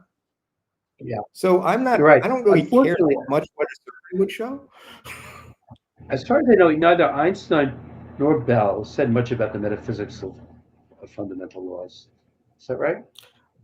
I think Einstein had said really, really intelligent things about the epistemology of science. I mean, they're wonderful in the letters to Solovine. There's some very nice comments in his autobiographical notes. And Bell, I mean, he didn't do it systematically, but pretty much when he comes up with stuff, it's on target all the time. Anyway, but it's not important to argue that they're the exceptions to the rule, right? It seems to me. So, you know, taking a survey is not a very good way to gauge anything except for what the sociology of opinions are. Yeah. Well, we agree about that. Yeah. So, I mean, I think this has been really helpful in finding the core points of disagreement. I mean, do you think there's a lot of prospect for resolving that disagreement? Like, I don't know, if the two of you had to continue this conversation for like 12 hours and it wouldn't end until some progress was made. Going on for much longer than that. Yeah, true. It's been Plato and Aristotle have been arguing for 2,500 years. Okay, fair enough. Yeah. But I don't know, like, what sort of steps, I mean, would you try to take, or do you think maybe could work? I don't know. It just feels like it's a irreconcilable difference here, maybe. I can see places where I thought Tim was right, and I had to change my views or adapt them to what Tim had said. And I know that I've changed my views in various ways, thinking this through. So I don't think that it's not that, for me personally, that I haven't made any progress on these particular issues. My views have changed, and I've developed, views about counterfactuals and causation and probability, and this relationship between that and causation and so on. So it's a big, long, gigantic story. And philosophers like to have, a lot of views which hang together. I mean, was it Sellers, I think, said that philosophy is about how everything hangs together with everything else, right? Or you're gonna, I always thought you can finish that by saying in the largest sense of how things in the largest sense of the term hang together in the largest sense of the term. Right, and I agree with that. That's what I think I'm doing. So I'm interested in connecting up my view about objective probability with this view about laws, and connecting with counterfactuals. And I just think I've polished that off pretty well. And I think there's very interesting ways of connecting that up with how to think about causation and how to think about causation in statistics and biology and so on. So I think all these things can be fit together in various ways. What the metaphysical foundation it all sits on, that's where Tim and I have a disagreement for the moment, and where we've been focusing on most of the year. Yeah, but I should say, and I've said this in print because it's true. Barry was the one who pointed out to me the way these various aspects, each of which is individually apparently, controversial, like the direction of time and so on, and the primitiveness about laws, how they fit together, right? That they, in a way, taking only a few of those without the others wouldn't really make a whole lot of sense to me. So yeah, I mean, it's been very useful, incredibly useful over the years to have this discussion and to try and see how all the different pieces fit together. But if at some level, if it comes down to, do I think what I want out of science is systematization?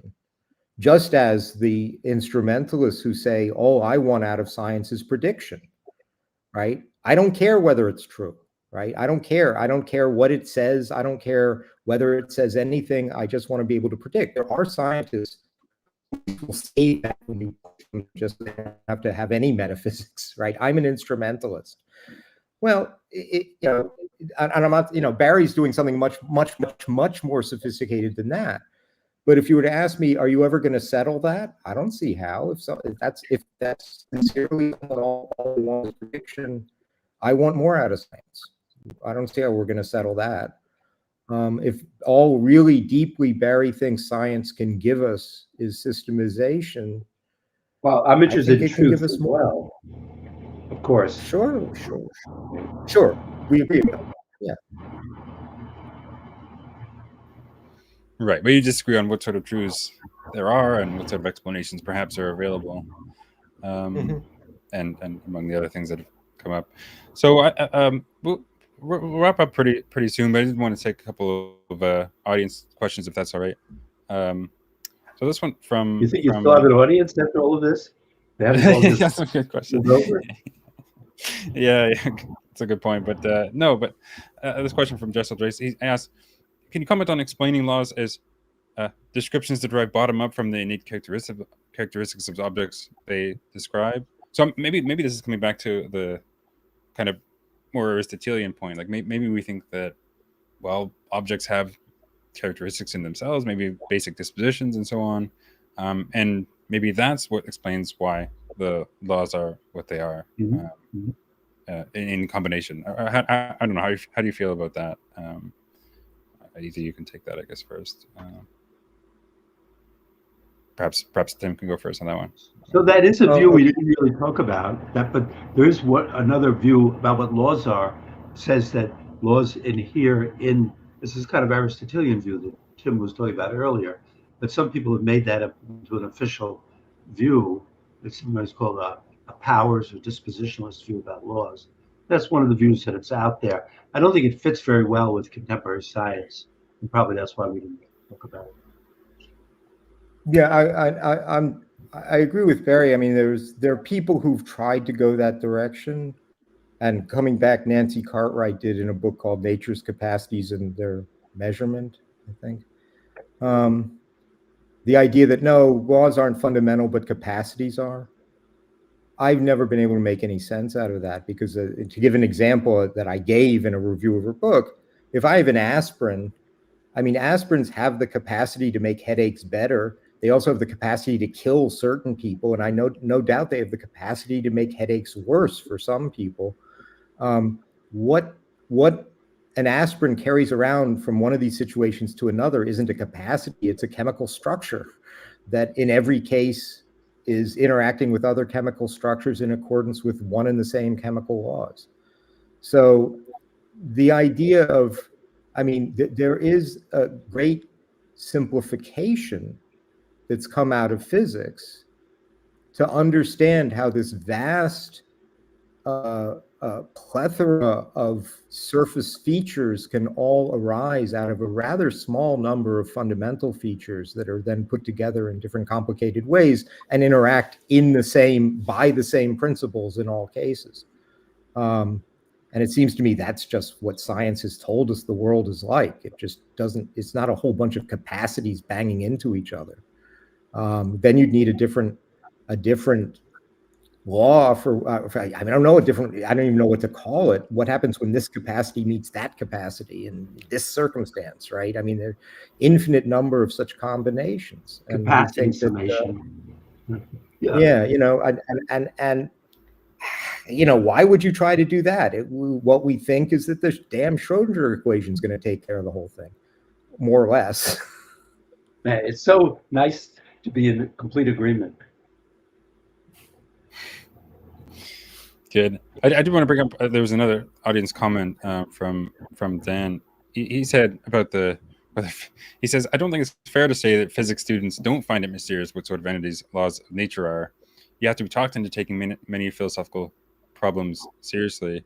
I don't know, maybe what he's getting out there is that when students learn about laws, oftentimes are not considering or even aware of these metaphysical or like ontological issues. They're just, given a formula and told what that can be used to infer and so on.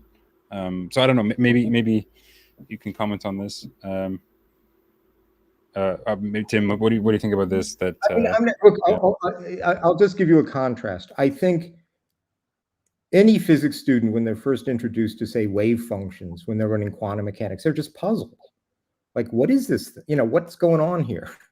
But when you just write down F equals ma, or force of gravity is gm1 m2 over r squared, and you say that's a law according to Newton, I don't know. I mean, no alarm bells went off in my head.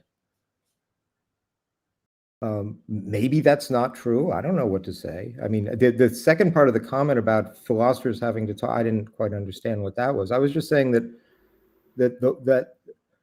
there are laws is something that's taken for granted in physics texts and presented as such without any further comment. And at least for me, and I think in general, it doesn't provoke an immediate puzzlement. What is a law, right? Now, that's not to say there couldn't be a good question there. It's just something on the surface that doesn't provoke that kind of reaction. Yeah, maybe part of the issue is that, it's taken for granted that there are laws, but maybe it's not taken for granted, or maybe not even thought about all that much for most people, even physics students and beyond, what that actually involves a commitment to, right? What is it for there to be a law? And that might be compatible with a systematizing approach as well. So, sure. Yeah, I don't know if Barry wanted to comment on that, but I didn't quite get it. Sorry, 'cause I was getting a phone call. I had to get rid of that person. Say, what was that again? No worries. I was just like, yeah. You go. No, it's not. No, you go. It's good. I mean, look, I think there are some things you're presented with that your immediate reaction is puzzlement, and you want a bigger story about it. But just the idea that there are laws, especially introduced in the context of, say, the law of inertia, to me, that just didn't provoke, and I don't think I've ever had the sense of that provoking this immediate sense of, gosh, what kind of a thing is that? You say an object in rest remains at rest, and you kind of more shrug and say, yeah, of course it does. I mean, unless it's in motion, in which case it remains in motion.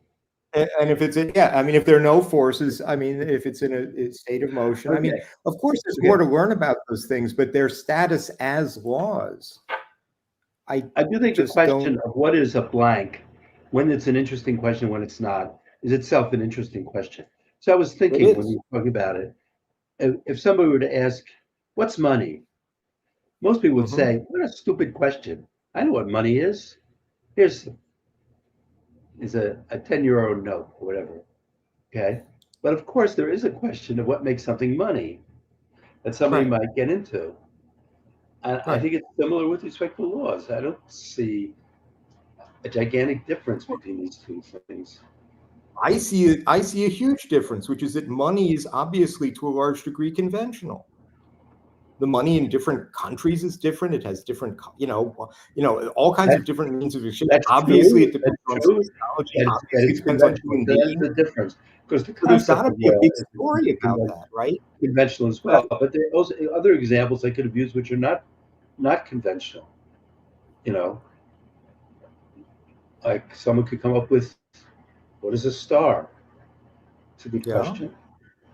Sure. Come to an answer to it. Yeah, and they're derivative things because they're complex and they have parts and the parts interact and so on. And the answer to what it is specifying what the parts are and how they interact. That's right. So ultimately, you may come down fundamental to what you don't have parts that account of them. You come down to what you think is fundamental, and this is where we disagree.